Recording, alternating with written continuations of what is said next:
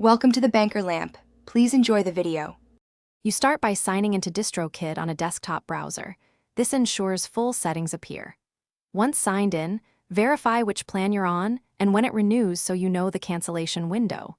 Make sure you can access the email tied to the account and have your payment method details handy for verification. If you use multi-factor authentication, complete that now so you won't be blocked. These first steps prevent delays when you move to account settings.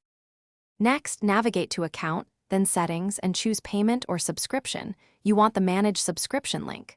Once found, review the active plan and any add-ons so you understand what will stop when you cancel.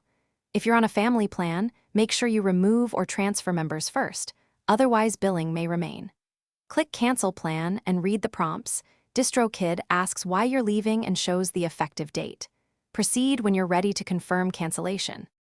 Finish by confirming the cancellation and watching for the confirmation message on screen, then save a screenshot and the confirmation email for records.